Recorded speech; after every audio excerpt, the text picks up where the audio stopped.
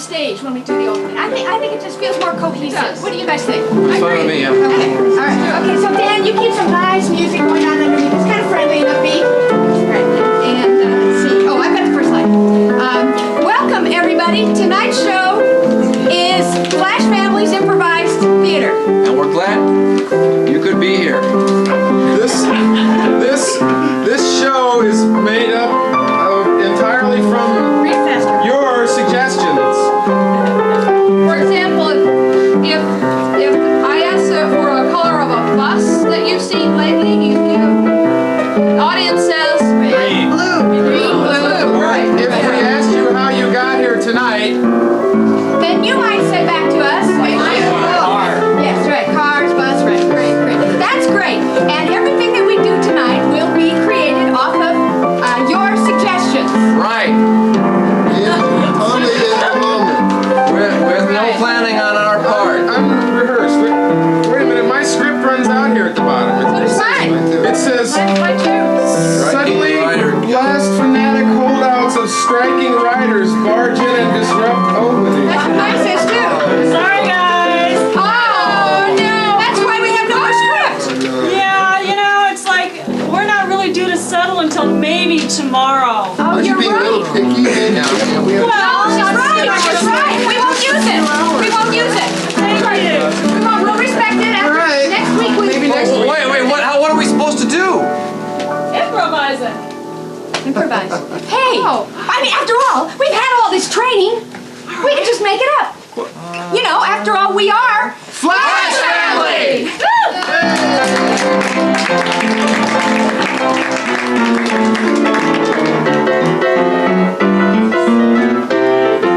Okay, well, those crazy writers have left us with no script for the rest of the show, so I guess we're going to have to rely on you guys tonight, and we love it. For our first little piece, how about the suggestion of an issue, and it doesn't have to be a big heavy-duty issue, but just some issue that might play a part of a daily relationship between people.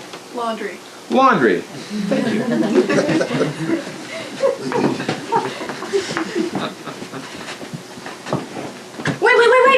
Wait. Separate whites from darks. But it's all dirty. Well, come on, throw them over here, I'll help. I always do this. This is why I can't have you do the laundry. Look at these.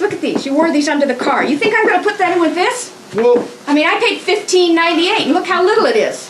The dirty things in first. There. Good. These two. These are a mess. Your socks. Good grief, get them. Okay. Right, and these. You two, get in here.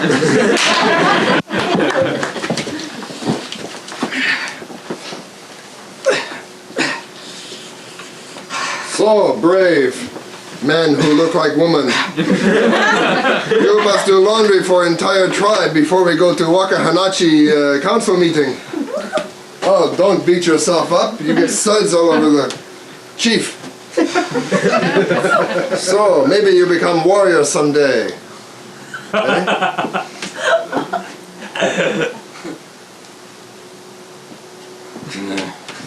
No chance, Chief. You got it.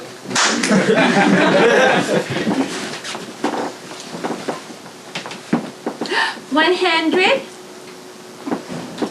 200. Come in. Sylvia, frighten me. I'm here to pick up the laundry.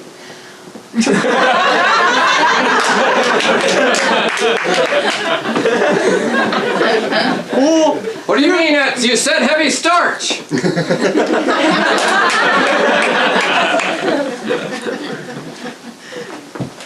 oh, are you lost too? Yes! I'm a left sock.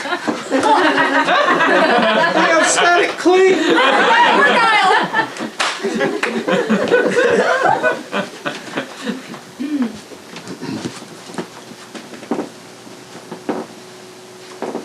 How's Mommy's best little sweetheart? Ooh. You certainly do collect a lot of diapers.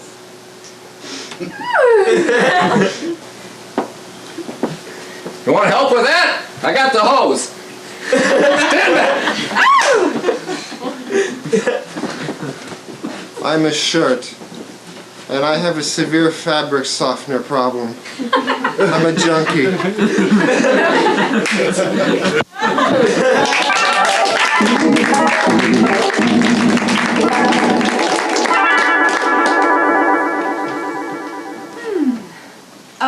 Comedy improv.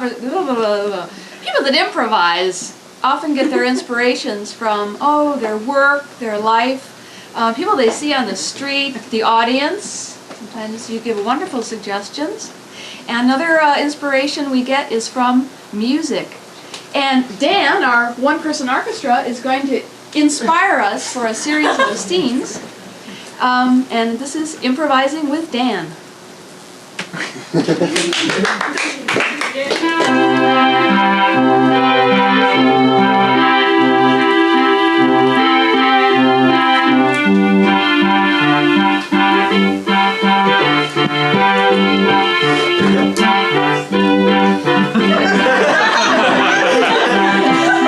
Well, here we are in the same corner, and she's got me by the leash again. I suppose it's another day of tipping my hat to old ladies and picking their pockets. Right, yeah, fine, the cap. I love it. I have a callus under my chin. Take the cup. The nice people will give you some pennies. Peanuts. Peanuts. What a nice Milky Way bar.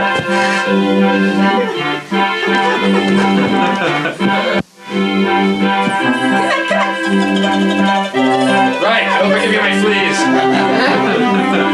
Cute? Pretty cute? Alright, I guess I gotta tip the hat. Come on, give me the peanut! Alright, now give me some money. Damn it, I'm cute! I'm adorable! Watch this! So cute. There! I'm marking you with the musk gland in my cheek! So the other monkeys will bite you! Why? No one's done that to me since my late husband Herbert. The way he shows affection. Cute. You remind me of my late husband. Yeah. Here. You remind me of a fuller brush. And for you. Oh, why, thank you. Can I hire him for parties? Yeah, Sure. Would you like to come to my house? Especially children's parties. Sure. One night stand.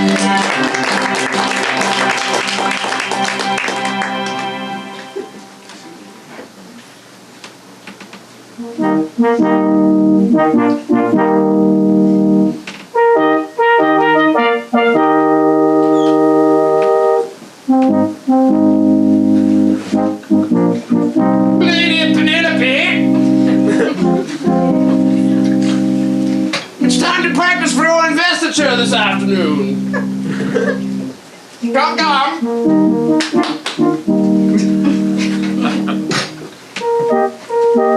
I'm ready. No. Wrong. Remember last year? Yes, of course. Enter the room. Don't acknowledge anyone's presence until they're about to faint. Alright, let's try it again. I'm your loyal subjects, waiting in the stifling heat of the throne room since last night.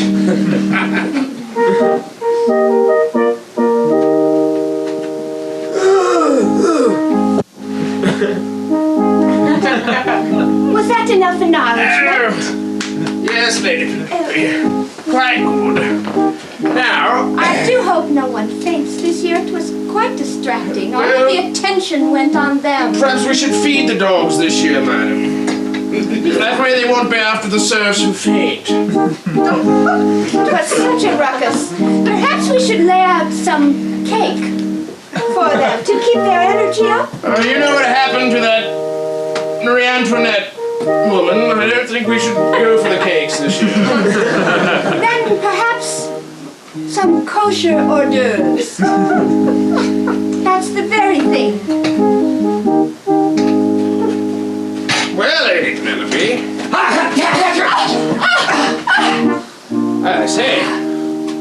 Oh, excuse me, I was simply trying to escape your guards.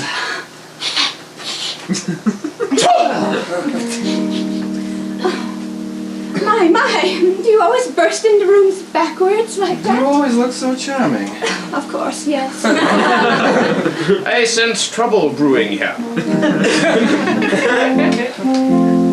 Frederick the Brave. A most seemly knight with an impressive codpiece. Lady Penelope the Adorable. And so obviously. What brings you to my throne room? A little squabble over some money. Lady Penelope, if I might remind you, the investiture robe... And who are you, sir, who addresses her so informally? The investiture robe is white this year, and would be nice if we could keep it that way. Thank you. You gad, sir. Well, gads. It's time that someone stood up for I demand satisfaction. With a glove? You stop that! This is the first time someone's spoken to me fondly and respectfully in years. Lady Penelope, Yes. I demand satisfaction. Please.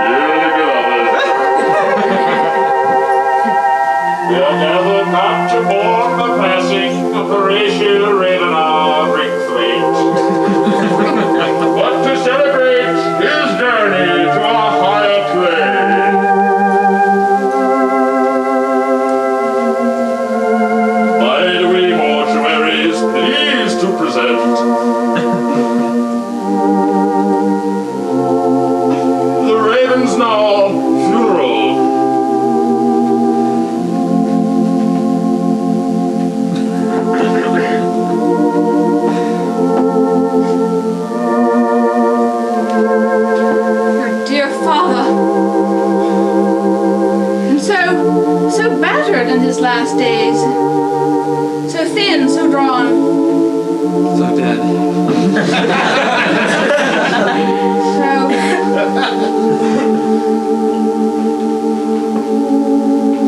So very, very dead.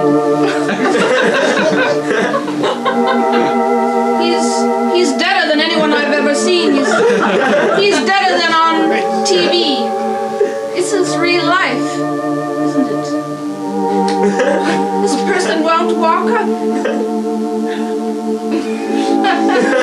or down or anywhere ever again.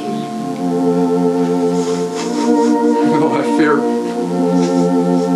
that this is the last. Oh my God, look at the picture of him on the wall. What a snappy slide presentation. Oh, all of his years flashing before us. Flash, flash, flash. And here's Mr. Ravenslaw at his college graduation where he was valedictorian. Look at that ring. Look at that ring. He never took it off. The one on his right hand? Yes. Yes.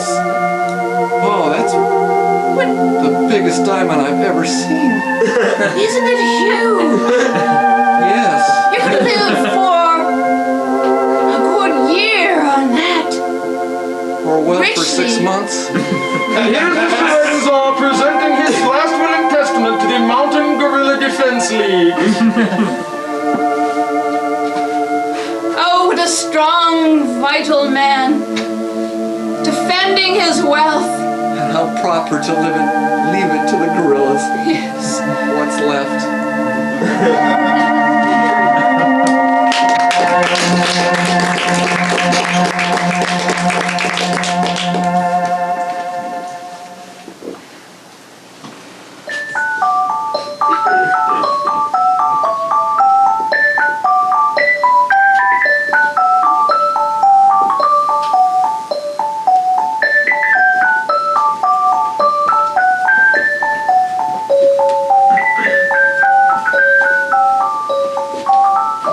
What'd you say was wrong with this exhibit?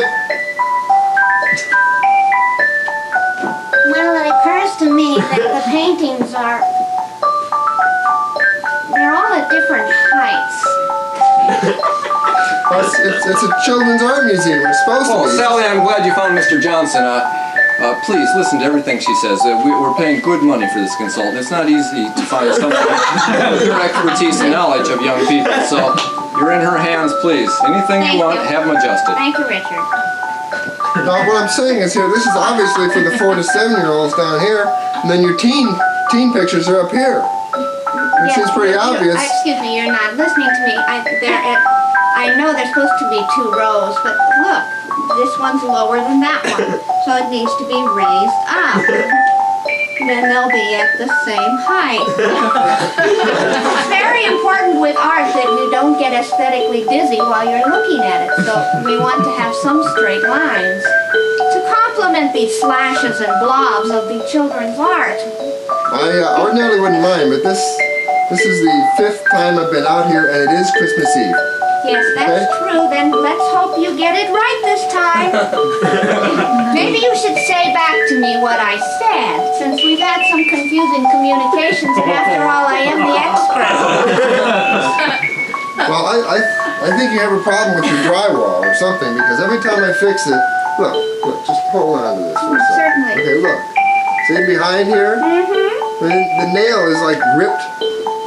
My, that's a nice cologne you're wearing. It's mistletoe. Sally! Oh, I love this exhibit. I love it. What an unusual way you place the pictures. Yes. I just love it. It'll be perfect in a minute. Oh, look at this. I love the way you can look. You're encouraging new expressions, new way of viewing art. Yes, I am. Did you hear that? Sort of. Mistletoe, you say? Yes, it is. See, I have a family to go to tonight. Really? That's too bad. It's lovely. It's just, I'm going to write this up for the literary artistic magazines. Thank you. Thank you. Kudos. Kudos. How's that hanging? You have it. Now that's it. Now could you do that with all of these? And oh, by the way, I'm having some turkey and mashed potatoes and cranberry sauce and some small rolls. Meat rolls with a little bit of pie for dessert being brought in so that we're not too hungry while we fix this tonight. It's not quite what I had in mind.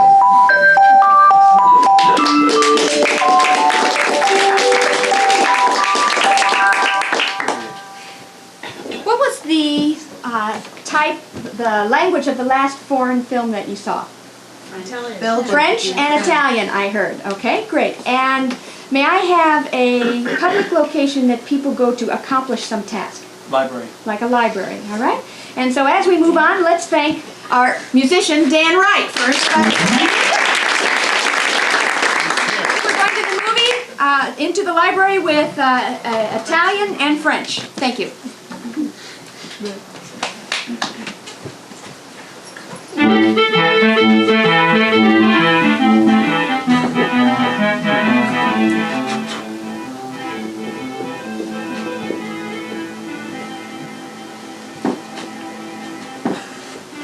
Questo andare palcicone, eh?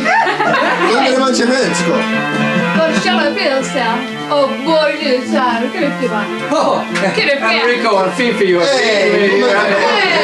Questo donde le mangi?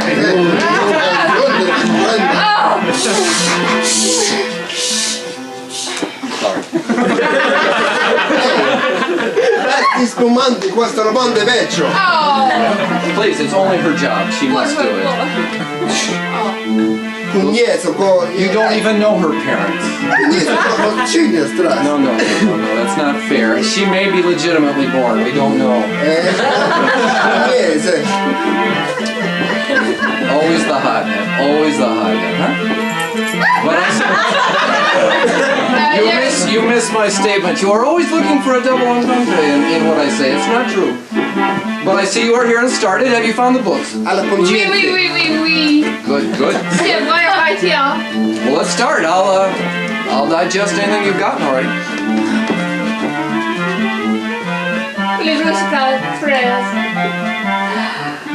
Well, this is a very nice picture book, but I don't see how it's going to help us solve the case. Conceso. No.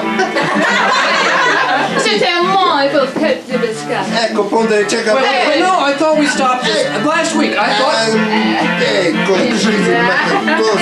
thought you worked this out last week. Are you still calling each other names? I'm sure when she hit the little Fiat, she didn't mean it. It was an accident. She was backing up. How did she know? Cosa procedete? Iniziò delle macchine Gumba. Gumba. He has a point. Those goggles you wear do fog easily. Ogni chiesa con dole fratiniere. Gumba? Eh? No, no. C'est le goggle. Le goggle is pour moi. Please, come on. This is C'est an le important... monocycle. We are talking about my mother. I want her out of prison, okay? And if you two don't stop fighting, you'll be in there with her, and then what will we do? C'est vrai. C'est blessed. C'est rouge. You're right. That C'est does sound like noir. flies. Le noirchat. Famous act murders. Oui. Oh, votre mère, c'est tranquille. C'est... Fangu. Pugliese alla milanese, eh? Fifi, I think you've stumbled upon it. Right here it states clearly that any murder committed during the first or second act of any play legitimately staged in a theater of 100 seats or more might be considered a misdemeanor.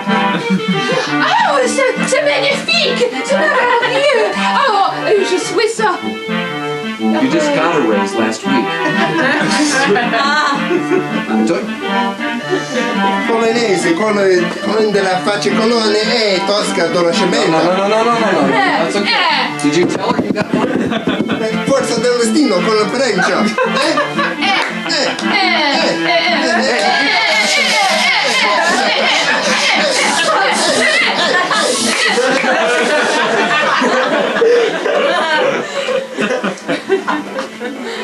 Look, I have every intention of getting you a green card. If you continue this kind of action in public, and if the two of you can't work out the dispute, get to you in a minute. If you can't work out this dispute, I'm seriously going to have to let you go. Then you're on your own, okay? I mean, Senti dove sono in bocca. Questo sono che mi hanno fatto. Poi che padrone. yes. Sono proprio. Poi c'è qualcuno. Dove si avrasi? Calasi. I'm not going to do it to you, don't worry. We both know what this means. When your aunt kept us for all those many summers, high in the mountains, and the pledge we made. Fettuccini, vongole, eh? Parmesano. Don't Parmesano me. Oh, ecco. Okay, fine, it's forgiven this time.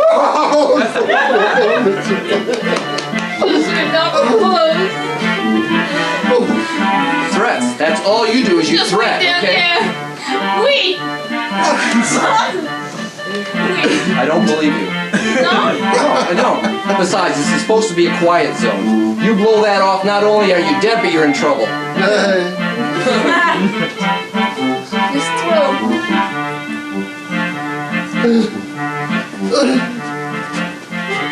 Bang! Bang, bang! Bang, bang. Bang, bang.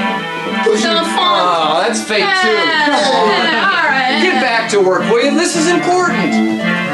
My mother's going from 5 to 15, and you guys are here worrying about your car, your raises. Peter Pinocchio. Don't give me that. Just find the evidence, okay? Come on. Vraiment, c'est un monde de la surprise et heureuse. Ouais.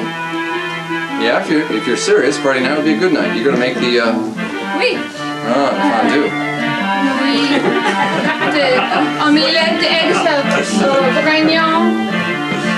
De vin.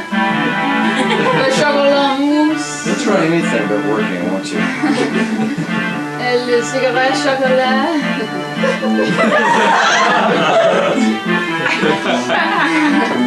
Okay, it's another $1 an hour, but that's tops. Merci, merci.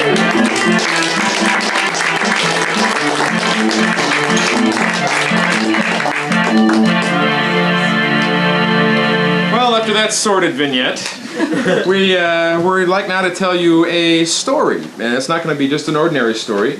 You're going to help us out in a couple of ways. First, we're going to have all the players out here at once. And the story will pass from player to player, so we will have a conductor. And there are some things you need to help us with.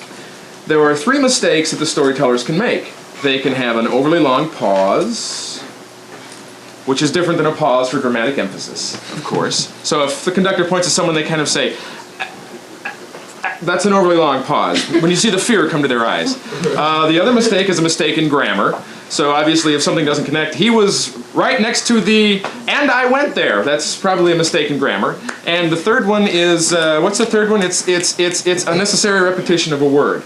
And again, somebody might need to say bang bang, so that's probably not unnecessary. But if someone says, for instance, and, or the, that's unnecessary. Now, you're asking yourselves, what the heck do we do with all these? I'm glad you asked, because What the heck do we do with all these? You'll find out in a minute. Your part will be to let the player know unequivocally by zapping them. And when you zap them, they are out of the story. So, your zaps need to be really loud and enthusiastic so the players know beyond a shadow of a doubt that they have made a mistake in the story. So I'd like you to practice a zap with me right now, okay? So kind of sit forward on the edges of your chairs a little bit. Loosen your belts, I don't know, whatever you want to do. And on 3, I want a nice loud zap, okay? I want my hair to look like a Memorex commercial. 1, 2, 3, zap! Whew. You zapped them right out of the backstage. Okay, here are our storytellers, and I guess I'll be conducting the place here. And I need one more thing from you. How about an object you might pull out of that 3rd drawer in your kitchen? Watch. A watch. I keep watches in my kitchen. The batterproof kind. Yeah. And how about a location that is anything but exotic? Wisconsin. Wisconsin. Okay. So we have watch. To us, that is. And we have Wisconsin. And just to make things a little more interesting, how about a literary style? Haiku. How about the style of a novel, since we're telling a story? Satire. Hemingway? Okay, Hemingway, which is... Terse. Terse, okay. We have terse watches in Wisconsin. It was a very cold summer and the snow fell deeply around Henry's knees. He looked Aghast when he saw the cheese wheel he had been working on had started to turn a little bit sour. He knew That this was his last chance. He had in fact spoiled the last 14 batches of these cheese wheels. And this was going to prove that he could really be a heck of a guy and save the family business. but he had spoiled this one once again. Tears ran down his cheeks and froze at the end Of his nose and shattered down on the ground with a thump, thump, thump. They rattled around his feet. Terse, poignant, teary. He picked them up and shoved them into the center of the cheese, thinking that this might be a solution unsolved, unthought of, unprovoked. But he was wrong. It was merely a novelty. it was man against cheese. He was going to Go out. winning. He convinced himself, if this is not the solution to my problem, then I will find Another one. And he looked at the sun. He gazed longingly. at the sun, and then He followed up by gazing at them. Sun again. And when he had gotten enough sun, he cast his eyes to the ground. Where he looked and found his watch. It also had fallen, frozen, and broken into many small pieces. He lovingly picked up the pieces. And noticed that the crystal had come undone. And there it was, the solution. To his problem. Time. time Would buy him his way to heaven and immortality as a cheese maker extraordinaire. He decided to let it age a little longer. Just 10 more years than before. He knew that if he only could endure 10 more years of pain and waiting and patience, that Luanda would be his. Luanda. Who left him long ago for a cheesemaker who had won many prizes. Many wonderful prizes that he kept in a mantle piece near his bedroom. He flipped over the walls daily to show the world his prizes and rubbed it in to the open wound that Henry had. It's all over his body. A small reprieve. Okay. The open wounds Henry had. All over his soul. He was blue, he was remorse, he was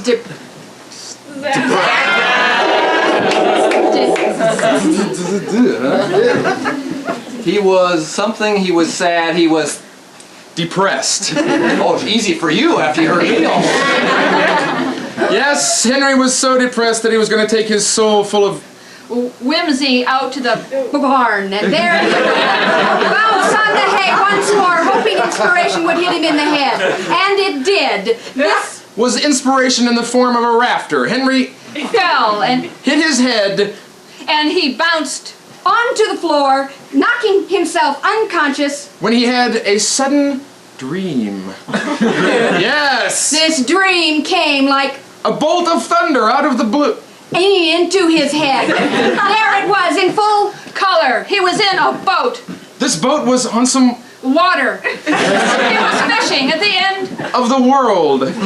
There he was, fishing at the end of the world. When what should he catch but a huge perch, flat, thin, and he saw in this perch the paradigm of cheese. It was in the fish's lips, and in its tail, and in its fins, and in its stomach. It was a little cheese ball that had fallen off his hook. He dug it out and noticed it was perfectly square. A new inspiration for making cheese. It was also preserved perfectly. He rowed back in his boat across the water, back to the state of consciousness on the barn floor, and he leaped out to the open air, where he ran back to his wonderful cheese shop, where he found Luanda smirking once again in that knowing way she did. She came to rub it in that he was still a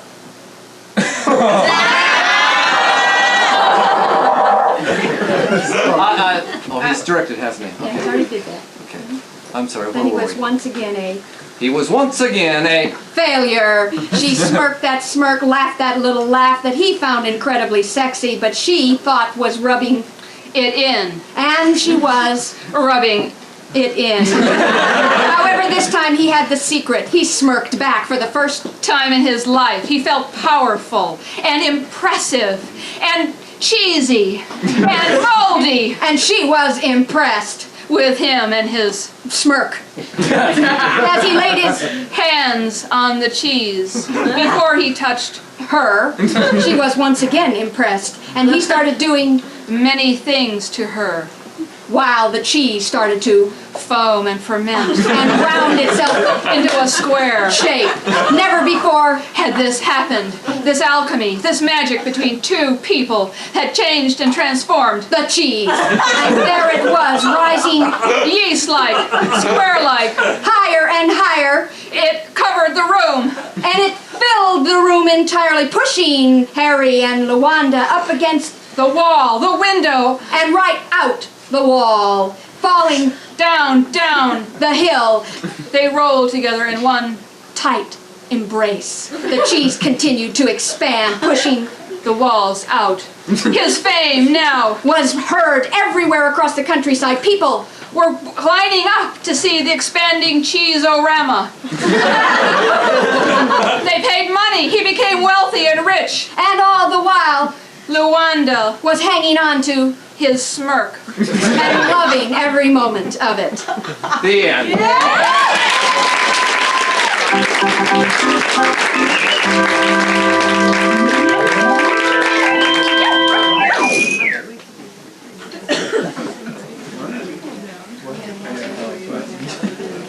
Welcome, welcome, welcome to the Slapdash Networking Association, where cross-sections of people get to meet cross-sections of people. We have so many different occupations in this crowd. It's just incredible. We have the highs, we have the lows, we have the lefts, we have the rights. We have people working in the streets and offices. We have barmaids. Oh, we have people cleaning house, just mingling. Oh, and for you, because you are a vital cross-section that is mingling and milling and pollinating each other, we want to introduce the talents that you all have. 3 of you have donated, have come forward with wonderful poetry.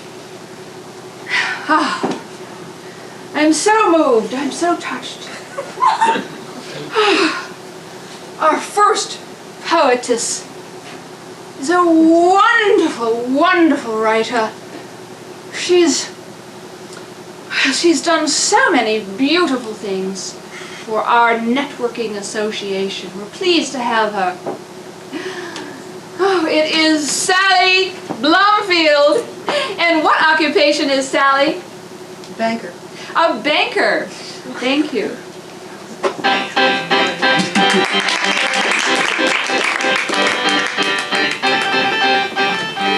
Our next poet comes from the very ranks of the workers. His name is Dirk Kinsley. And his occupation is? Cowboy. I beg your pardon? Cowboy. Pile driver, I heard. Along with cowboy. A pile driving cowboy. Dirk.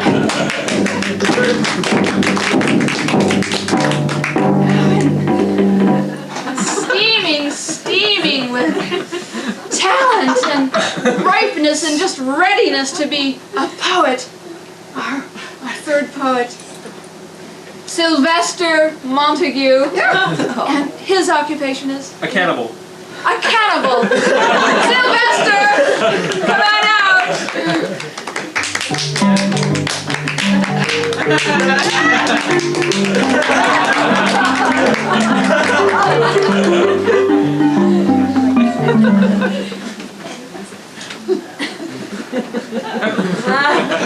Sally.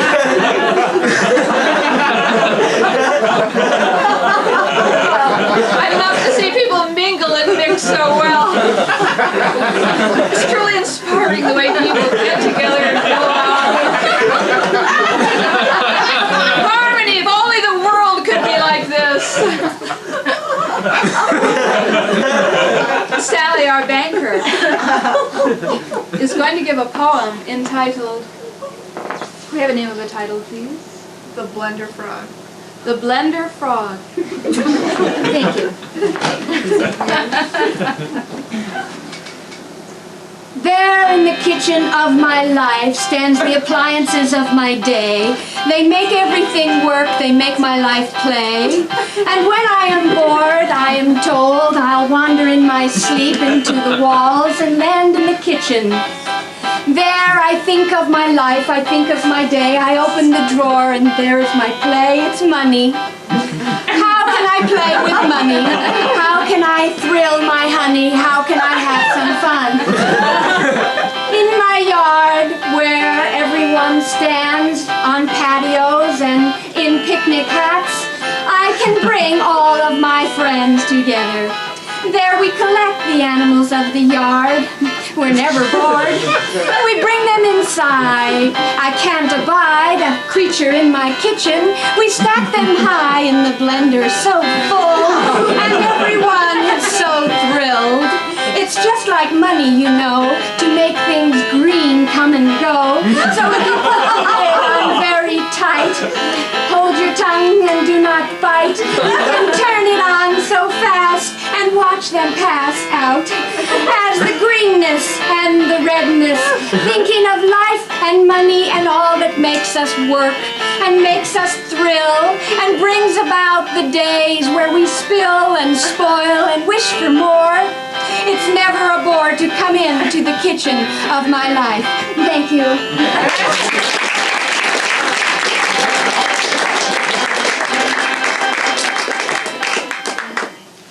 The very essence of poetry just blossoms out of people's work. Oh, and Dirk. The title of Dirk's poem is Concrete. Concrete.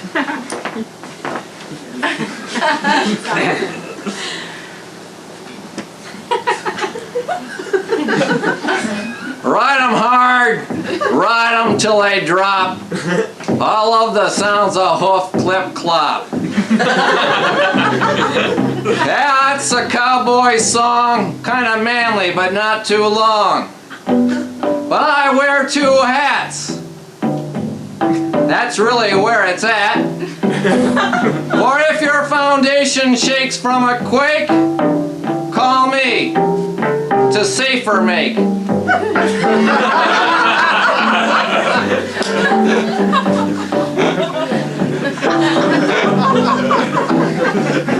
To the top of the rig we climb, higher and higher, to take our position as a pile driver. Yes, it's a manly job too, but it's the one that I do.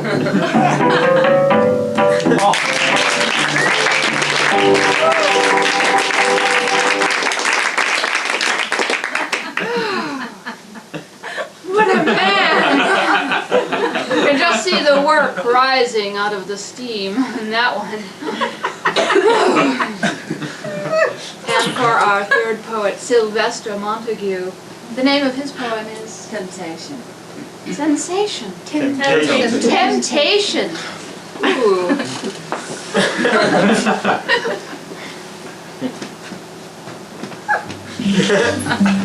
Pardon.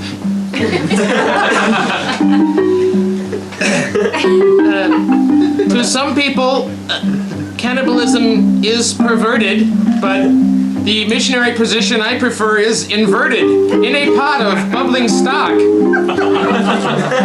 with apples and carrots that are nice and hot, and a bit of saffron if I can afford it, and a little salt, and I try not to hoard it. I share it with all my lovely friends. They come to town on most weekends. They drive right up on Highway 1, and we get together and have a little fun. And sometimes we think about becoming vegetarian, but we think that's kind of antiquarian.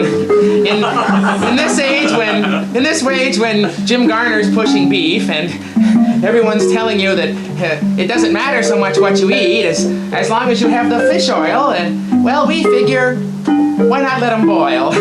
Thank you. What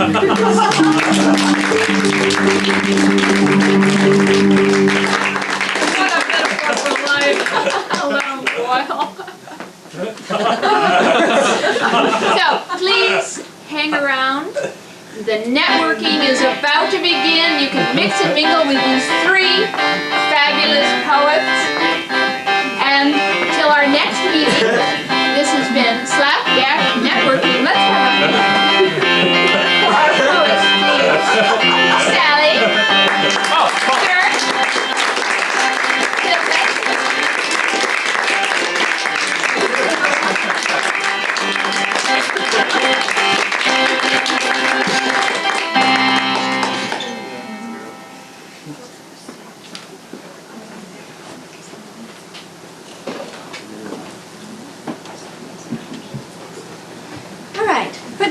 piece, what I'd like to do is have a suggestion of something that somebody might lose. Pen. A pen, okay? And can I have if we had a mansion up here, what would be a room that a mansion would have that like an ordinary apartment wouldn't have? A billiard room. A billiard room. So we have pen and billiard room. Thank you.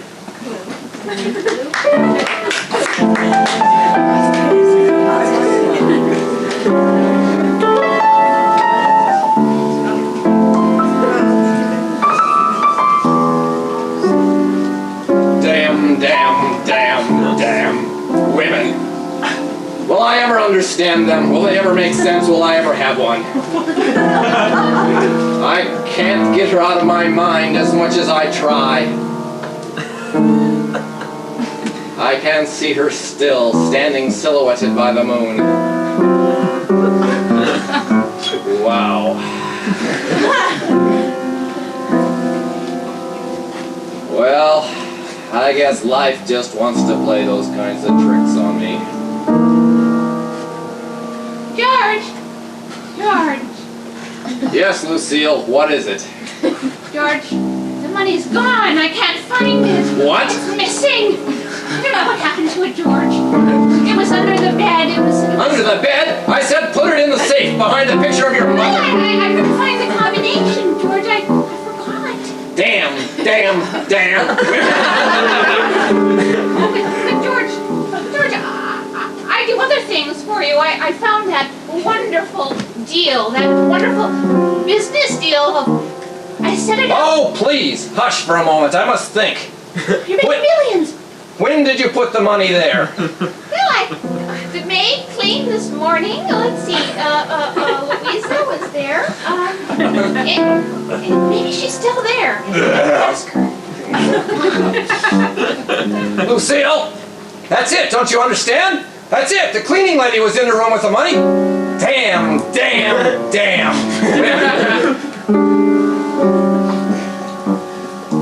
Well, my gosh. It's Cindy. I didn't realize you've taken a job here, Cindy. Why, hello, Mr. Williams. I came down here to clean around the pool table here. And you do it all so well. Yes, well, when you came into town, offered me the position. Ring.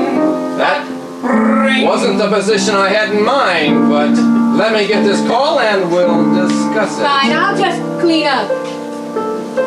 Now, where on earth is that safe? I swear it's behind a picture someplace. They always put them behind pictures someplace. I wish Dad would have that rug fixed. Oh, hello. Cindy! Jeepers! I didn't know you were working for Dad. Why, Jason, I work for the whole family. Yes, I'm here to clean up for everyone. Well, you know, my room is pretty dusty. Well, we should see about cleaning that, but first, these pictures in here are such a mess. It looks like nobody's touched any of them for years. Nobody ever touches them except the picture of Dad's mom that has the safe built. Oh, well then I'll have to clean all of them up so they all look the same. Cindy, maybe you should go clean in the library for a second. I need to be alone with the billiard table. Oh, of course, Jason, I understand, and I'll get to your room real soon. Okay. Damn women. Gave away the location of Dad's safe. Oh, now I'll never get that job as chairman of the board of Dad's company. Jason! Oh, I told you once, I told you twice. Listen, well, I know your Dad's personal right-hand executive secretary manager, but I was just, it's not what you think. Well, I don't know what to think. I I need your help because the money is missing. I need your help desperately to help find it before I lose my job. Well, gee, you mean that money that Dad was saving to put me through Martin? Yes! That money that was going to buy you the best college education and the seat on the stock exchange. Now I'll have to go to UC Chico.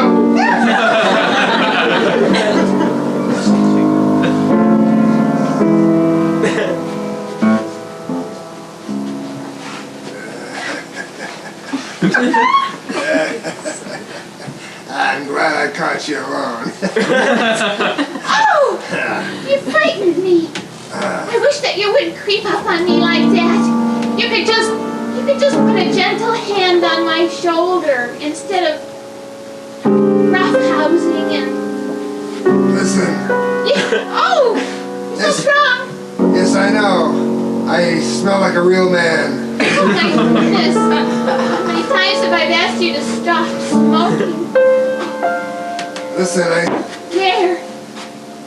I don't care because I have 6 more Cuban cigars in my shirt.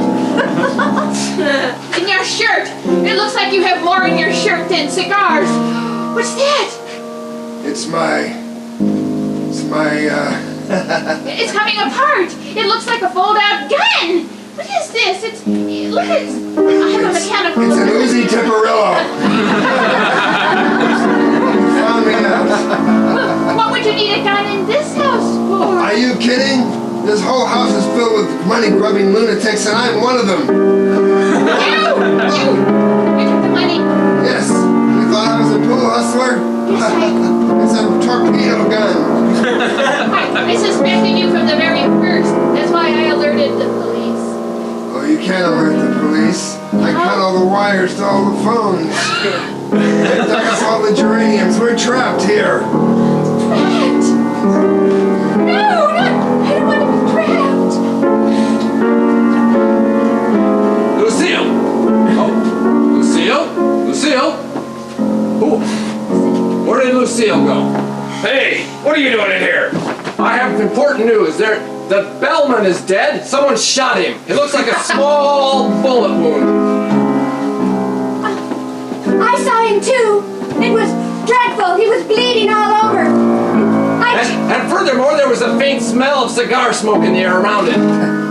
Why, you have a gun.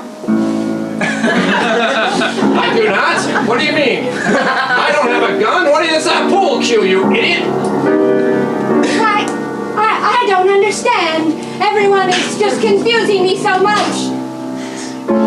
Why, you told me that this job would be interesting. I never even imagined it would be this volatile. Guns, bodies, money. Dad, listen, Dad, I just wanted to tell you that I think I saw your executive assistant and Uncle Stefan, and they were cutting the phone wires and digging out the geraniums. Why, Jason, there you are. That's where I am. And tell me what you're writing with that gold cross pen you have there.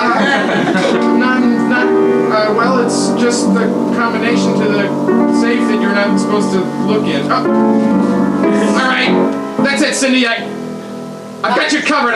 I'm sorry, but I'm not really the simple-minded, inbred son of a blue-blooded, reclusive millionaire weenie with a pool table in his house. I'm an agent for the CIA, and this pen is a death ray. Oh, I've always wanted to meet a man with a death ray. I've never met a man with a death ray before. What are Uzis? What are guns? What are stabbings in the back? A man with a death ray is what I want. Well, you found him. Now, drop that money and close the safe. Oh, I'll be glad to drop it. I'll drop it back in the safe. Just to make sure, I'm gonna come up here to the other side of the pool table and cover you personally. Oh, wouldn't you rather get closer and cover me? so I can see the death ray. I've never seen a death ray. Back! Back! I've got a death ray, not a death wish! Oh, you're wonderful. You left my partner face down in a puddle of blood in an alley in Malta! Me? You found me out. You know about my secret life. What will I do? I throw myself at your feet. I beg your mercy. I crawl out of the room.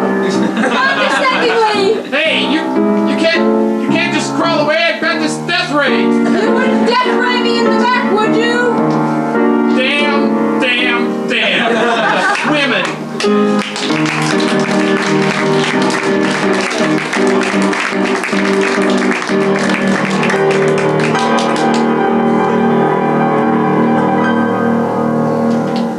Okay, enough silliness. Could I have an issue, a serious issue that faces all relationships? Honesty. Honesty. Really? I wouldn't know. Okay. Honesty. Here we go.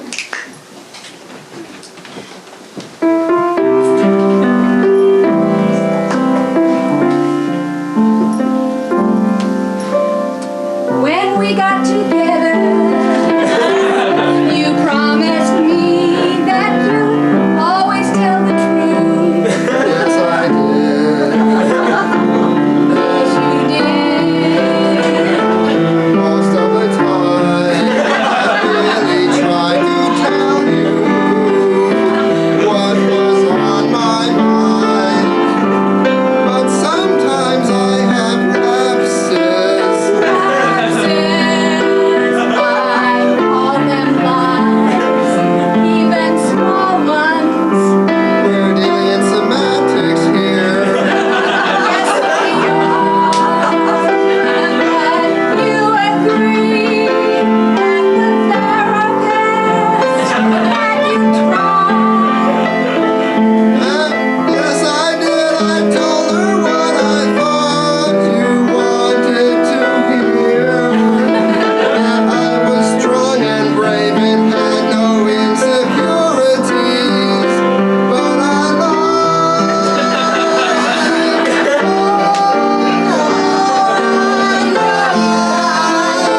And I love your insecurities, all of them. It's quite a list, I know. I love the way you can't look at yourself for more than 2 minutes in the mirror. You're not vain. No, I'm not, because I was brought up in an orphanage and had no nearest spies and priests who beat me. I know, and I love you for it, 'cause you're so kind. You're so sweet and loving. So, won't you take a chance and tell the truth? Look me in the eyes and tell the truth. I'll try, I'm really going to try. Here I go. Tell the truth, tell the truth. Here it comes. I'm ready. I'm going to tell you the truth for the first time in our relationship. I'm ready, I'm willing, and I'm I'm sweating bullets. I am My knees are weak. I'm going to die. My promise is weak. Here it goes.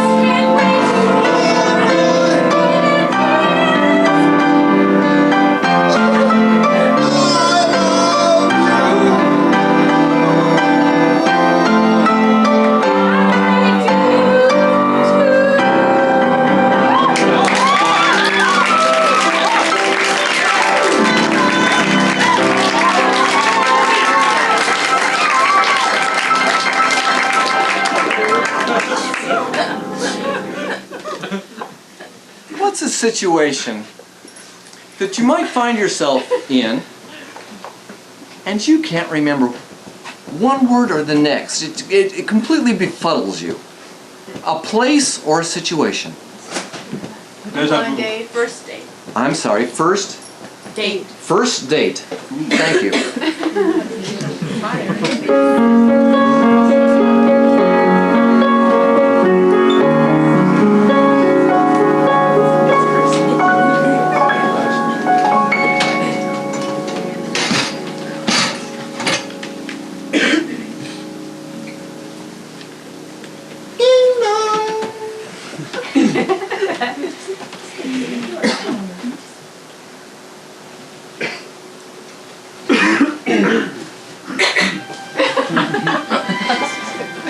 Hi, Bertram.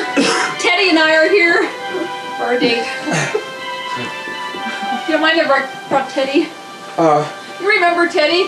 Hi, Genevieve. No, Teddy's he's your stuffed Zebra. Yeah, your stuffed zebra. I remember because I won him for you when we went to that last month. We went to The sideshow. Yeah, with the church Tahoe, group, and yeah. that's when I got up the nerve to ask you. If I would like to go hot tubbing in the nude. Yeah. And then we ditched the minister at the over at the The car wash. yeah, at the car wash. Yeah, and well, listen, would you like the roast isn't ready yet, so would you like some a glass of Well, would you like I a love a glass of that root beer. okay. But do you have something that Teddy would like to lap? Maybe a glass of that wonderful Cleaning fluid? Yes. I have some. It's right. Free! In life, you're lucky if the other person knows what you want to say and supply it for you. But sometimes you're not so lucky. And what they supply isn't at all what you were thinking. Why don't you supply words that they're not expecting at all? When they get to the point, feel free. Someone yell out an idea and fill that space for them. Here's the cleaning fluid for Teddy. I'll just pour it in this. This trough. Yeah, I keep one of those around if anybody brings their stuffed zebra to dinner. You know, Genevieve, I really like that Brassiere. That brassiere that you It's the latest. It's the outer over the inner look. It's supposed to be a metaphor for showing your feelings. Well, it's really I'm vulnerable. well, especially the fact that it's made out of made out of steel wool. Well, you're a la mode tonight.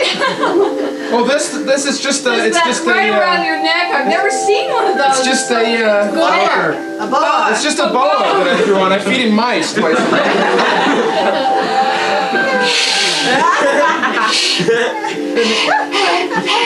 Oh, you know, you do that just like that other time when we were with the church group at the nude show. At the nude show. and they had that Tupperware party there. That's where you got the idea to invite me nude hot tubbing. Well, yeah. You know that I was really a reformed rabbi. Yeah, and when you offered to perform the bris on me there at the hot tub, I was really impressed. You were surprised when I actually stood up, just like this, and I turned around 3 times, and then I said, in the loudest voice I could find, "Oobla-dee, oobla-da, yes!" Well, I was probably more surprised when you phoned the hot tub attendant and ordered that bucket of Ice cream. A bucket of ice cream. Oh. And then when it got there and you wanted to do that Pour it all over yourself. to pour it all over yourself, Oh. and you wanted us to clean it off with our tongues. That was the high point of Teddy and my Listen, whole life. I've got to go get. It's almost done. I've got to go get the spam. You just relax and listen. There's a tape in the VCR, and if you want to watch it, it's that tape of Bambi. So, Oh, I remember. I remember the last time that I met Bertram. He was holed up all by himself in that little tiny cave. And I rescued him. I fed him granola. Listen, would you like a little bit of this on your whiskey on your spam? Oh, I love food tray food. Well, you know, I thought later maybe. Yeah, we could do a little that thing together. We could do a little flambe. Yeah, I've got those records, you know, that you like of that special that special rodeo music. Yeah, it's from the prison rodeo. Nude prison rodeo. Oh, it just turns. And I thought maybe we could put Teddy in the microwave. In the microwave. If we put Teddy in the microwave, then we're going to have to put Lucinda in the disposal. Would you like to have Lucinda? Well, if you put Lucinda in the disposal, then I'm afraid I'm going to have to stick your hand into the Cuisinart. Well, if you stick my hand into the Cuisinart, then I'm going to stick your glasses right into the shelf. Into the shelf. Well, if you stuck my glasses in the shelf, then later when you took your bra off, I wouldn't be able to see your vulnerability. Your vulnerability. And if I couldn't see your vulnerability, then I probably would never want to show you my rodeo. My rodeo. I want to see your rodeo. Well, we've got the music for it. I saw it in the hot tub. Why don't you show me your rodeo? Well, especially the tattoo that I've got on my on my left butt cheek. Like my left butt cheek. It's that picture of Teddy. Teddy. Hey, well, I have a very matching one that I hid from you in the hot tub. That's why I stood up like this all the time, because right between my kneecaps, I have this incredibly convoluted picture of Mount Rushmore. Mount just to show my vulnerability. Perhaps later I could give you a massage with that special toothbrush. One that vibrates?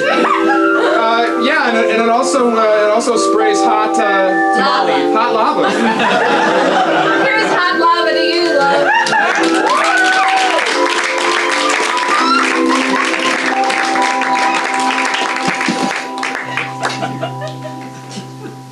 Just remember that. Next time you forget what you wanted to say, it doesn't matter. Last time you went to a state fair, what's something that you really enjoyed doing there? Petting the cows. Petting the Say cows. hello to the cows.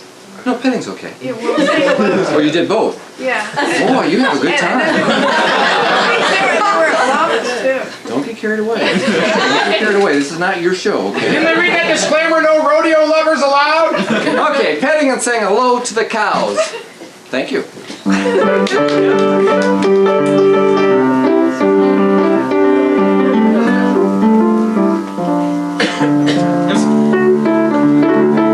Mr. Cow,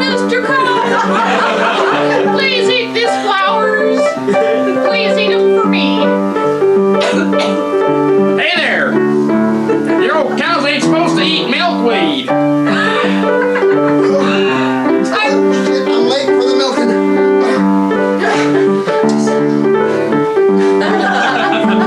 Here's a flower for you. People ain't supposed to eat milkweed either. Freeze! Now that is a piece of drama, you have to admit. Never a finer piece of American theater written by an American author. That's why I want to see it one more time, so that I know when I go home tonight I remember it exactly. Please, that same scene again from the top.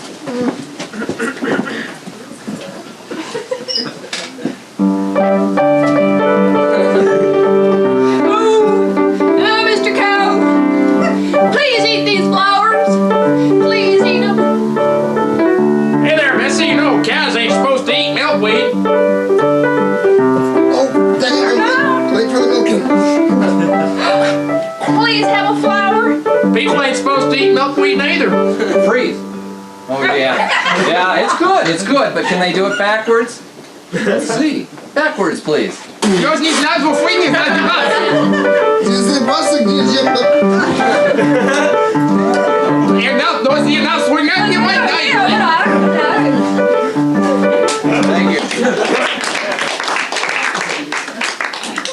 a wonderful piece of American theater, but there are probably other ways that this could be performed. Say, in a different theatrical style, or a movie style, or even your favorite author. Shakespearean. Let's see this in a Shakespearean style.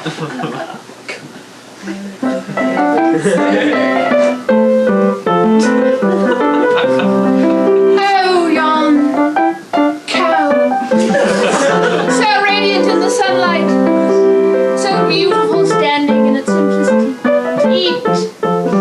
Eat a flower, bossy. Have another. Alas, poor bovine! Whether 'tis noble to suffer the slings and nettles of outrageous milkweed, nay, prithee, Bessie, feed it not. Oh, I feed it what I will. Oh, yea, it hath passed the winter of utter discontent. Please, kind gracious sir, accept for me a token of my esteem, this flower for your mouth. Nay, humans who suppeth at the trough wherein bovines may not also sup, needeth be exuant unto mortal death. Praise! Yet another style, please. Documentary. Documentary.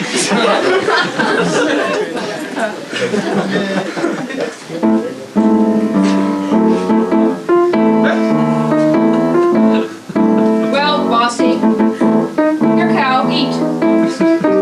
She's not eating, isn't that interesting? Bessie, now you know we had that camera blind set up for 6 weeks before we lured a cow close enough to film in the wild, and you're out here feeding it. You've just ruined our documentation. Oh no, this cow has been abused. Geraldo, Please, accept an apology of a flower. Now, don't you realize that milkweed is a poisonous plant in the belladonna family? Praise! Another style, please. hipster, Western? hipster. Hipster, thank you.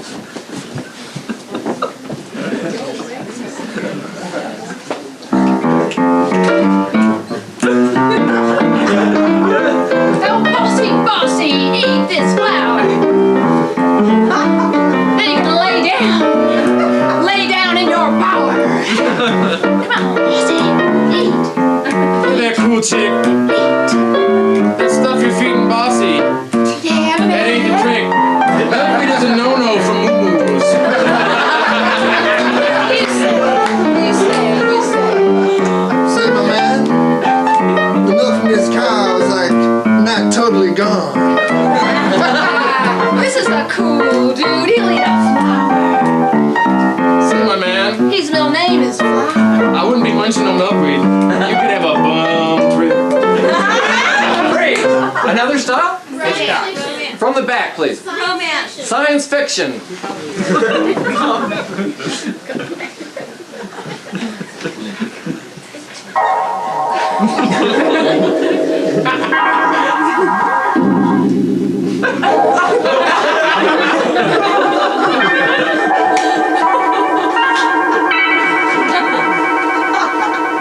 Here, bossy, have a flower. My God! You fed her milkweed! She's growing at incredible speed! That udder's the size of the Capitol Dome! Doctor, we must do something. Call the Air Force.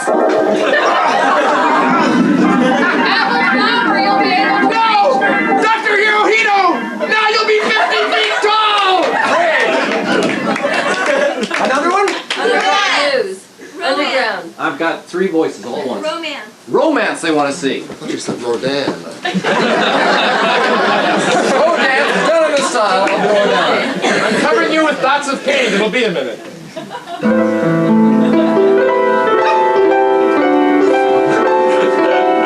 Bossy, I'm coming. I'm coming, bossy, with flowers.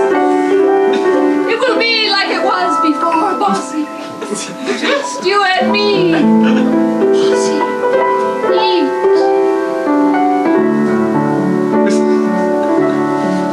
You know, Nurse Faversham, when first you took the job as a governess on my estate and I saw your heaving bosom, I never thought I'd meet you feeding milkweed to my prize cow. Oh, This cow. This cow is full of the milk of human kindness, not like you, Veronica. I'm so sorry, Sylvester. I had to choose. You have the cow. Have a flower. Wait! Veronica! You fed him milkweed and he's my illegitimate son! Phrase! Whore, please.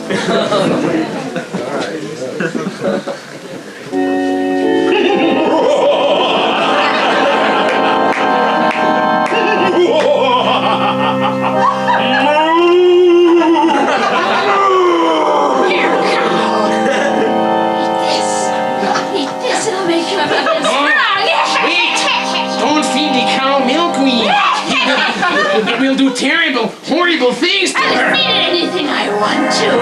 It's my cow to experiment with. Thank God I'm in time. This cow is one of the undead cows. Take that steak out of its hoof. Eat this flower. Yes, wolfbane for the dairyman from hell. And thank you.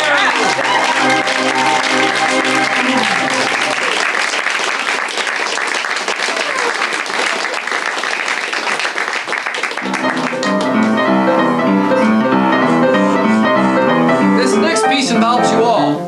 It's called intermission. We're going to give you about 10, maybe 15 minutes if you really need it to go out, get a drink, maybe a little popcorn to eat, use the restrooms, and then please join us back right here. Thank you.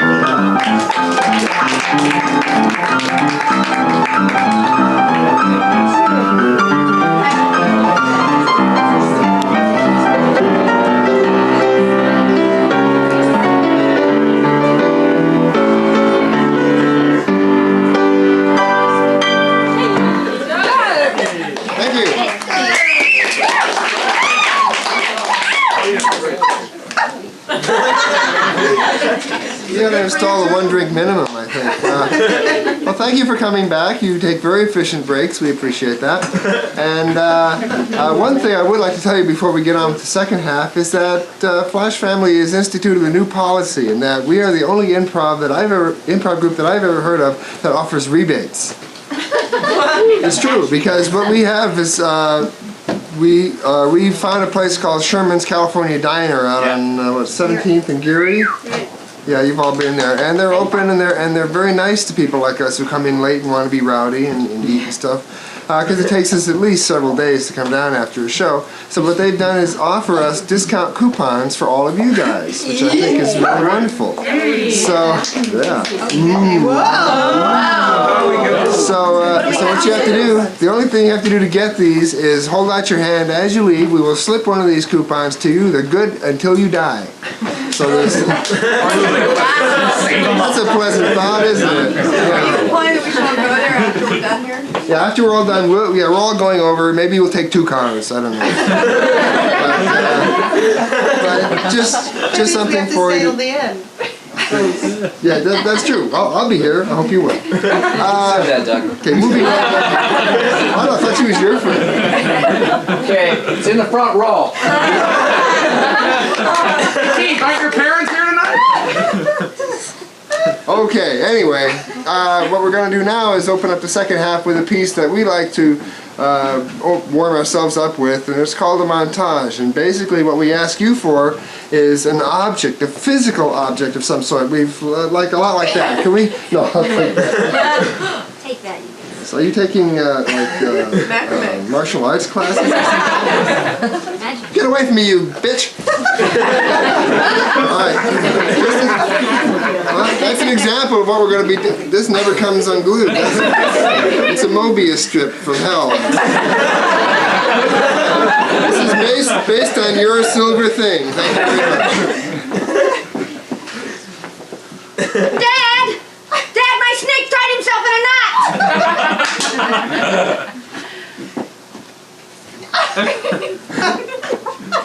Hi, I'm Dr. John David, famous neuroscientist. You know, you can unlock your hidden mind power by attending one of my seminars in San Francisco. Of course, first I will tell you your fortune.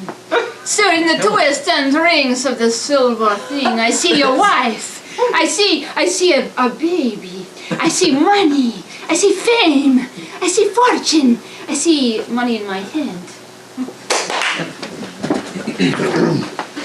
Not only does your dog and cat get them, but tapeworms can affect you too.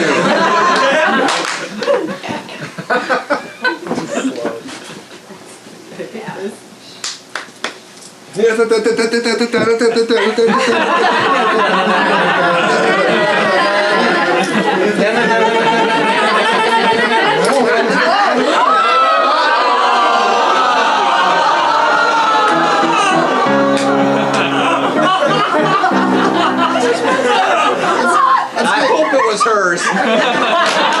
Let's give her 2 coupons, okay? Bill, you killed it. The invisible dog now.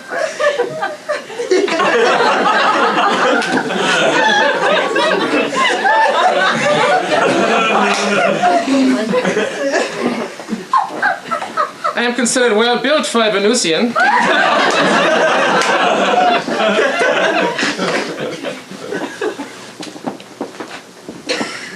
Stare at the ring. You are in my power. You will pledge yourself to be my slave for life. Not now. Louise, I told you not to cook pasta in the silver smelter.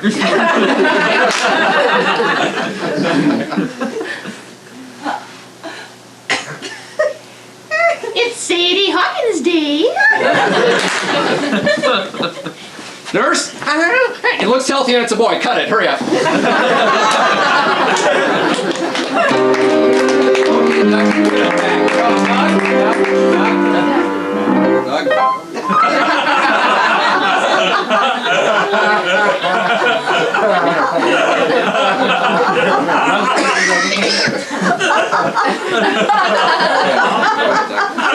On behalf of the group, I'd like to award you for your 25th anniversary.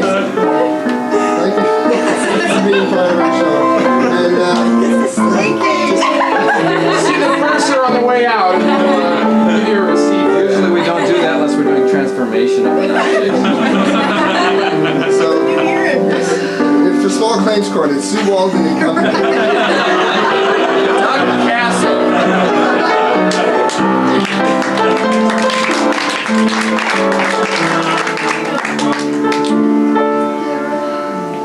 Death of an object. For our next piece, we're going to do a series of scenes, and I'd like a suggestion that is so big.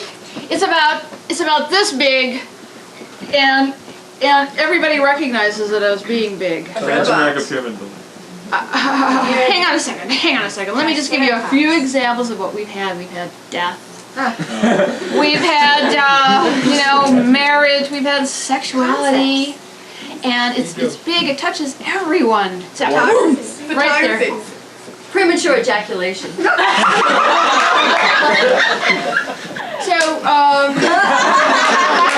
Spirituality. We've got premature ejaculation here. Could we broaden that? Pardon my words. The spiritual side of sex. Sexual problems. Sexual problems. Thank you.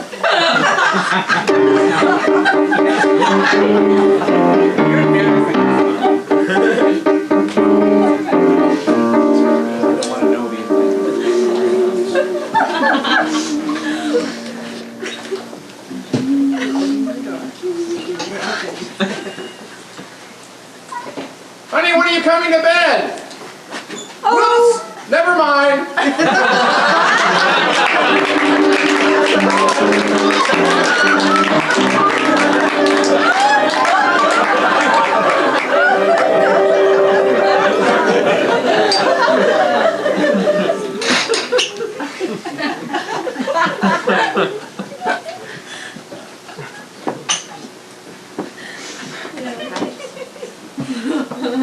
Mr. and Mrs. Farnsworth, we're ready.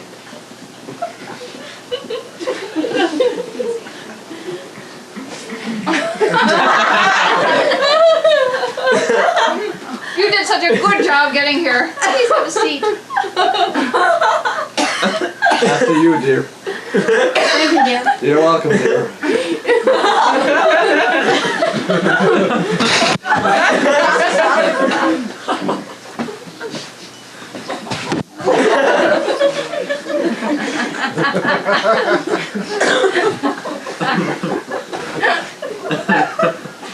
You noticed how this floor tilts? I thought it was the ceiling. Yes, many of our clients have altered perceptions. They don't see life quite the way everyone else does. And I think that you two are quite a good example. Trish and Pete Farnsworth.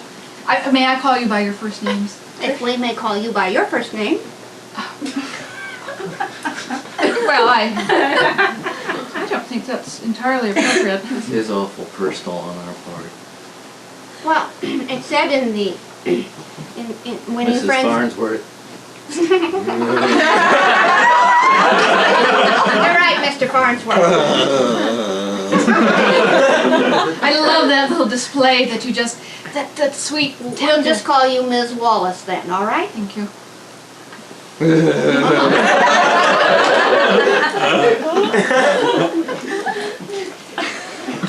Now you, Mr. Farnsworth, you specially requested this private session with me. Yeah. I didn't know my wife would be here. Mrs. Farnsworth. You like to do things in threes, huh? Of course not. Did she just make a joke? Oh no. I can get it. Well, I wasn't sure, that's why I thought I'd ask. Oh, I was gonna ask you. Maybe we better ask her.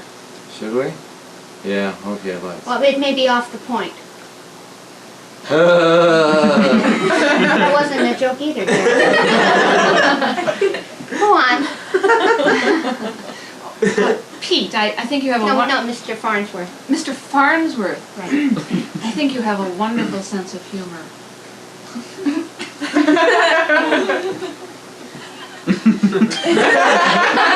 We're here for our problem. Yes. As you said over the phone, seeing things on a tilt makes it hard for you to stay in bed together. Well, the major problem is he keeps saying it's the ceiling, and I know it's the floor. So many people have come to me with that problem. Really? Oh, yes.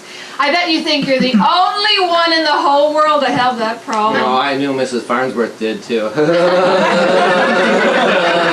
The touching, the wonderful rapport you have with each other, it just makes me know that you're going to work this problem out together. Could you stand? Please, just stand. I see, yes. All right, let's practice just holding on to his arm, just a little touch, and see if you get the same dizzy spells. Whoops. All right, that's enough. No, I like it. Gives you a new sense of awareness, doesn't it? Ceiling still tilted to me. And You're right, Pete, I see it. do we have rapprochement here? Oh no, I'm wrong now. It's the floor. No, Pete, it's the ceiling. No, it's the floor. It's by all me, it goes up, and it's actually zigzag. I wouldn't call it tilted anymore. What do you mean the ceiling is crooked? I don't understand. Oh, You're right, crooked. it is the ceiling. Crooked. It is the ceiling. Look at the ceiling. It's crooked. No, I think it's the floor now. It's the ceiling. It's the ceiling.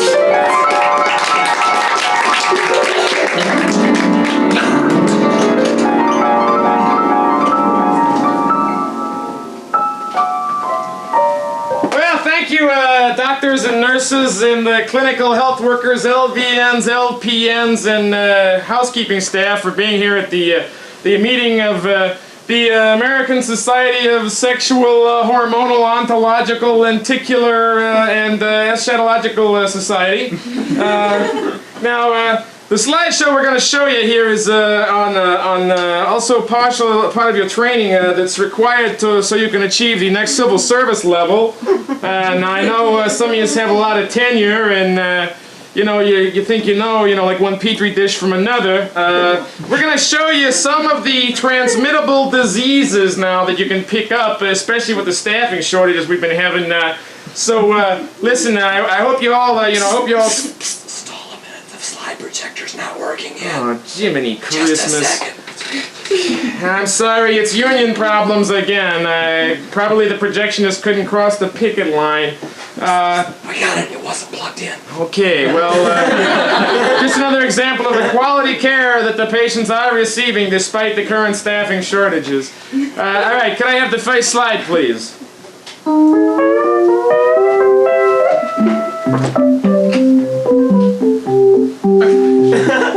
Okay, you'll notice the spirochete is invading the DNA shell of the hapless nucleotide, causing the messenger RNA to fatuously and without knowledge of forethought replicate the killer Escherichia coli neopeptide structure.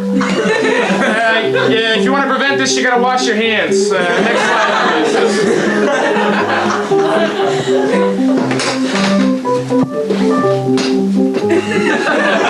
Okay, now this is an example of what happened to an orderly who touched himself about the mucal membranes after emptying bedpans. You'll notice the epidermal scaling is prevalent around the upper ambulatory oral orifices. And also the T-cell down there is holding a blanket of nucleotides over itself, trying to stem off the attack of the aggressor viruses. Next slide, please.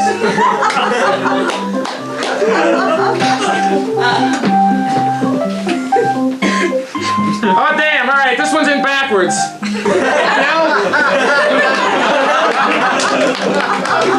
He's a scab projectionist, I'm sorry about that. Okay. All right. Now over here to my right, your left, you'll see the astringent solution has been introduced into the slide here, and the control colony shows little growth around the perimeter of the ring. However, on this side, you'll notice the upwelling of spirochete-like flagella-type protuberances, which is how the dangerous viral cells move through the vascular system and attach themselves to the alveoli in the lungs. Next slide, please.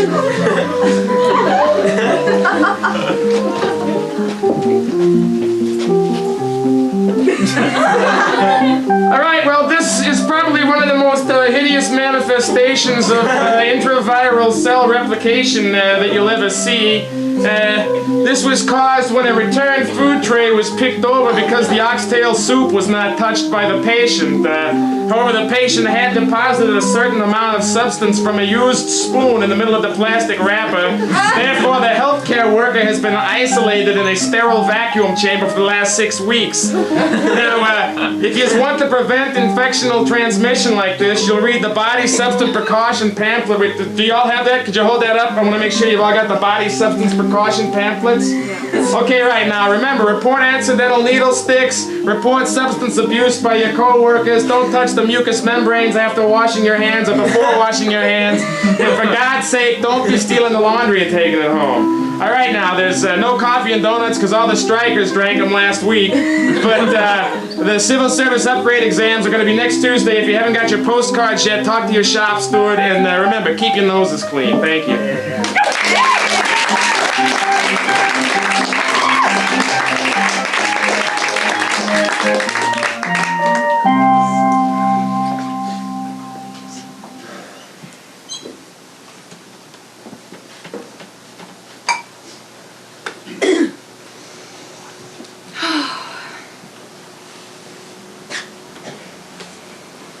Whoa.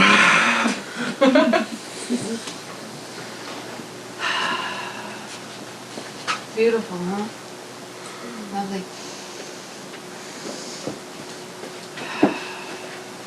Oh, I wish you'd smell me in that same way. I wear this special cologne just for you and you never pay any attention. Yeah, they're very nice, actually. Are they from your yard? Yes. Are they? I knew you were coming, so I picked them, especially. Yeah. It's for our, to commemorate. Last year we met each other, remember? At that conference? Yeah. How do I tell her? How do I tell her? Yeah, that was a real nice time. I remember that really nice lady you were going with, but then you met me, and it was magic. Her. Yeah, I remember her. Where did the magic go? What happened? It was so wonderful for months and months. Where have you been? I remember her real well. She was a sex surrogate.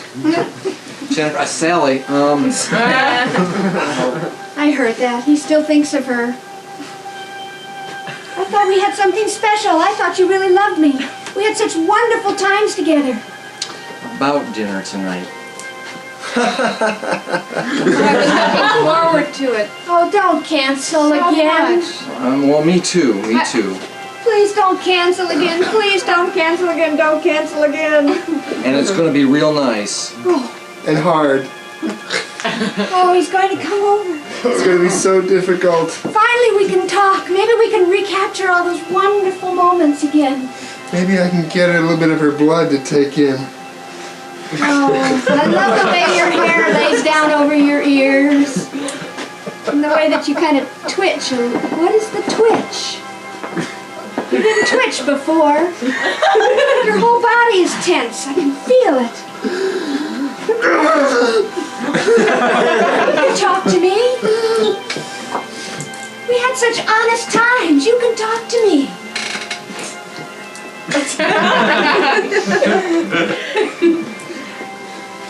After work is done, now this Oh, I touched him. Oh, he did wonderful twitch. spot. He twitched. My touch is making him twitch. He used to purr when I touched him.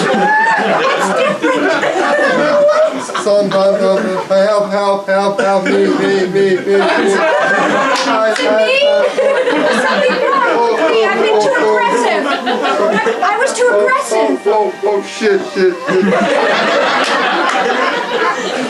I know it. It's because I got the promotion and he didn't. Maybe he's jealous. Maybe. you'll Boss likes you, I know he does. Oh, look at those He eyes. loves you. I prepared the report specially so you'd get credit for it. He looks paler. Get the crap. Tell her. I can hardly wait for work to be over. Oh, He looks paler. It's not me! what do you mean it's? Of course it's you. It's you and me tonight together. It's not me. What does that mean? What does that mean? What does that mean? It's not me. It's not me. Did something happen and I was blaming him? I can't be with her again. I just have to never see each other again. I don't understand. Please. He's trying to smile. Are you trying to tell me something? Yes. You're dead meat. I waited for this moment. And here at work, in my own office with my own flowers. Please tell me. I've been waiting for Check it for a year. Take this. Here it comes. for a year. Ask me. Take me. I'm a walking ton of pus with legs. I'm ready. Talk to me. Take my hands first. Take my hands first. Unclean. Why doesn't he come into my arms? He's supposed to be rushing into my arms at this point. He looks like he's going to throw up. It's terrible.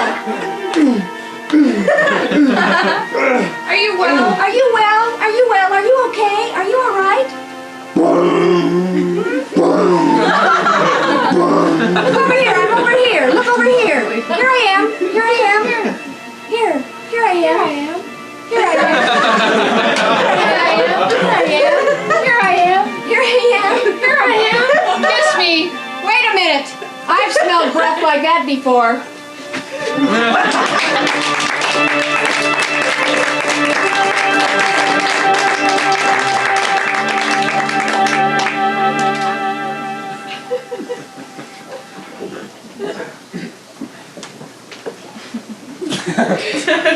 case you're wondering, mine works. So, let's see, sexual dysfunctions, eh? Well, where's a place in the world where you think nobody has any sexual dysfunctions? Tahiti. Tahiti, thank you.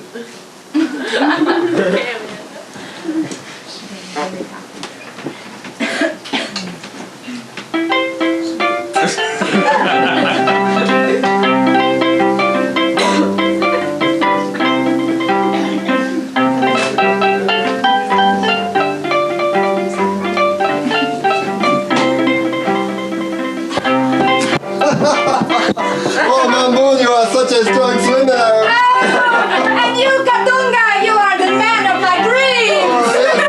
I lost my line cork in the brine. Yes, and my suit is stripped from my body with the crashing of the waves. The water, she, how you say, I can't even speak it. She beats up on you. Is life not good in the sun? Life is so good in the sun. Oh, look, American. Oh! Hello. We are leaving the water on the floor. I see that. Well, I'm here for the Club Med vacation package that will free my soul in the sun. He has come to the right place. We are so free and healthy here. You would die to be like us. I probably would. Come. First, your clothing. You are so tight. Yes. Here. Please, let's do it civilized. There, do you not feel better already? May I take your glasses? Well, if you take my glasses, I won't be able to see anything. So who cares? Yeah, use the coconut milk for sunscreen. That's right. And guava juice to make you soak up the sun in such a healthy fashion. Yes, and let's put salt around your mouth for a rim. I feel like a margarita with a salad bar at Wendy's. Oh, you look much better than that. Hello. I'm here for the Club Med vacation. And here she is. Miss America. Come on in. How healthy. Hello, How welcome happy to we the are. Club Med Unleash Your Soul in the Sun vacation. See, he's stretching already. Oh. He's a native, isn't he? See, you have food there, you sex machine. Oh, can I touch you? Yes, he is our wisest man in the village. That's right. We go to him for all problems. He solves them. All teachings. And we have no problem. I want to learn. The brine beads up on your body. It does. We are leaving the surf. Try some guava jelly. Where? It's good on toast. Natives, what a sense of humor. First you must start by ripping your purse off. And then we must start by unbuttoning your collar and loosening your belt a notch. Do you feel better? I feel like going native. Yes. I think the sun is getting to me. I think I'll open another button. Oh, another. It's so hot. It's getting so hot, and that island music. Take it. Ryan is beating on my body. Beating on his body. Yes! Yes! Yes! My name! Yes! Yes!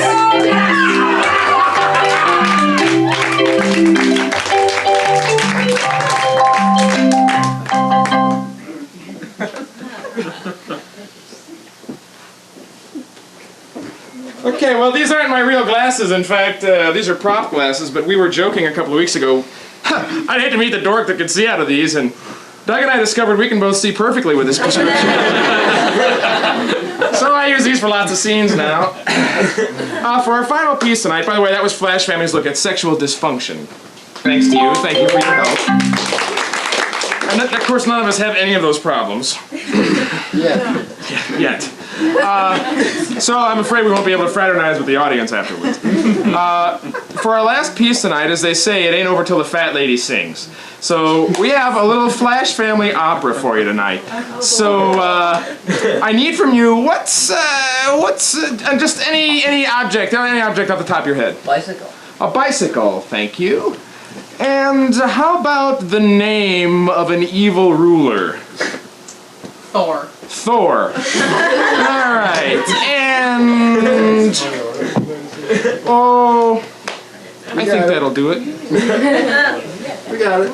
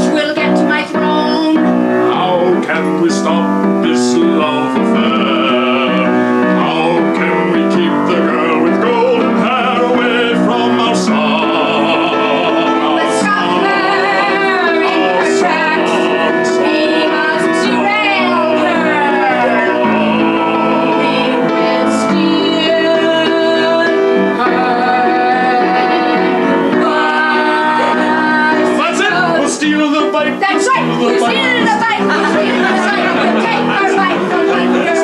We'll take this fight away. She wants them everywhere to get to town. But let's get still. We take it right the fight away.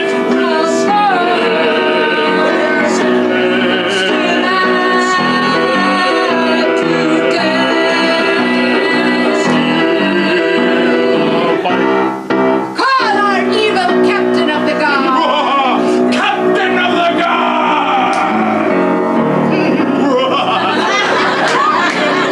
It's Thor. So evil. Thor makes us look lily white. Or even makes me feel sick to my stomach.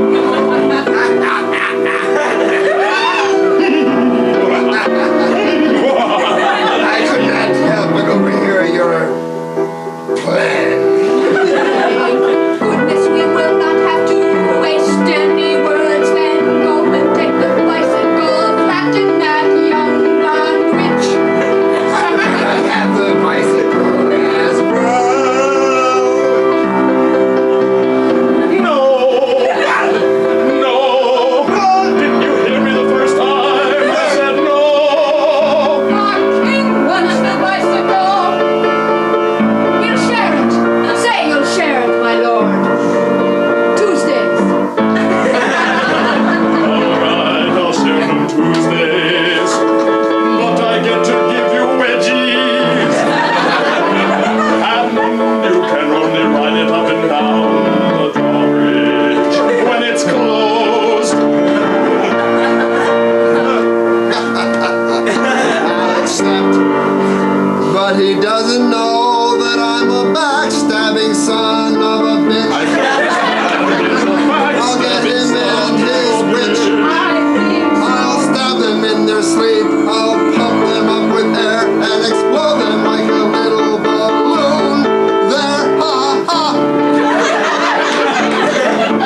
I accept. Stabbing son of a bitch. I think you'll stab us in our sleep. It's a deal.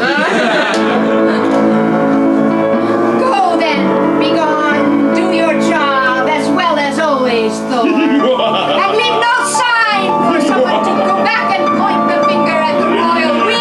No sign, leave no stone unturned in your quest for the witch and the bicycle. Okay.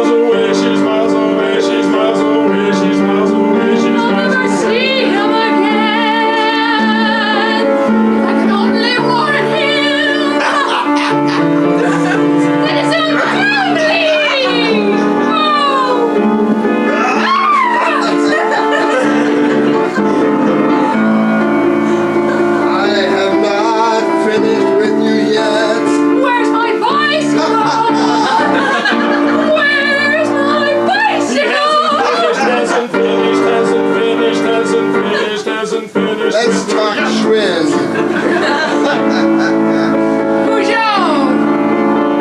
Okay.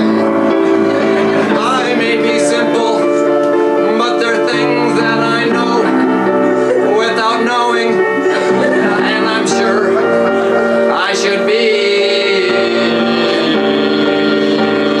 going.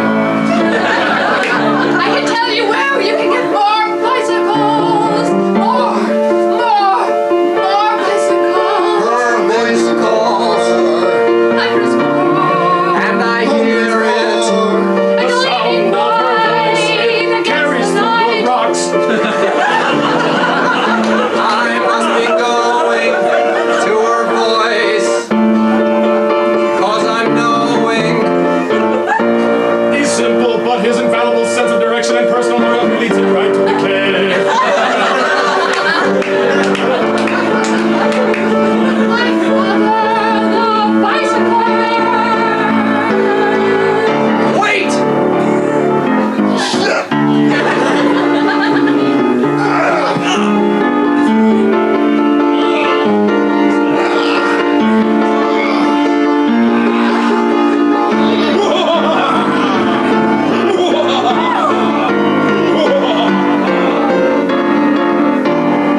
So, we've caught you in the act. Yes, that's what you ask. You are to leave no traces. Not even shoelaces.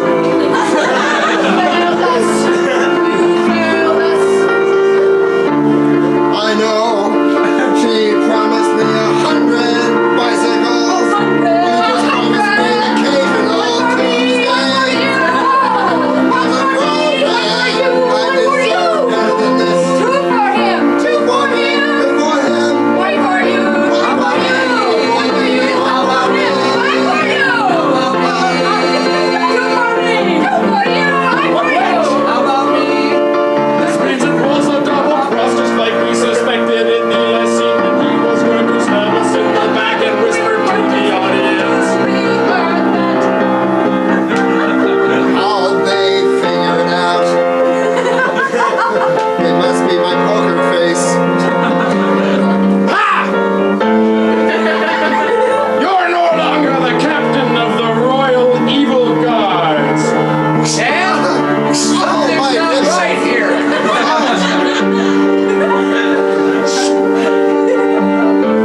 Son, Dad. this day will become a man. Neil, Come here, son, come here. Receive your heart. I'm Brad. No, I'm Brad. Why does you call me Neil? my God, it's true. He's simple.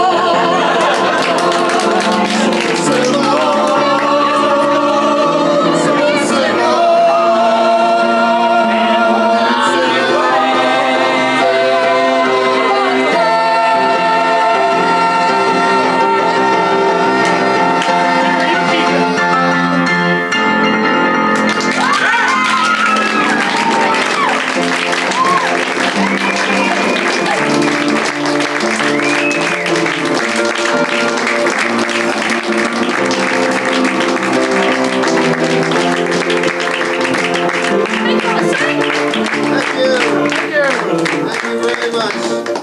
Thank you, opera lovers, opera haters. I'm sure we've had both camps here tonight.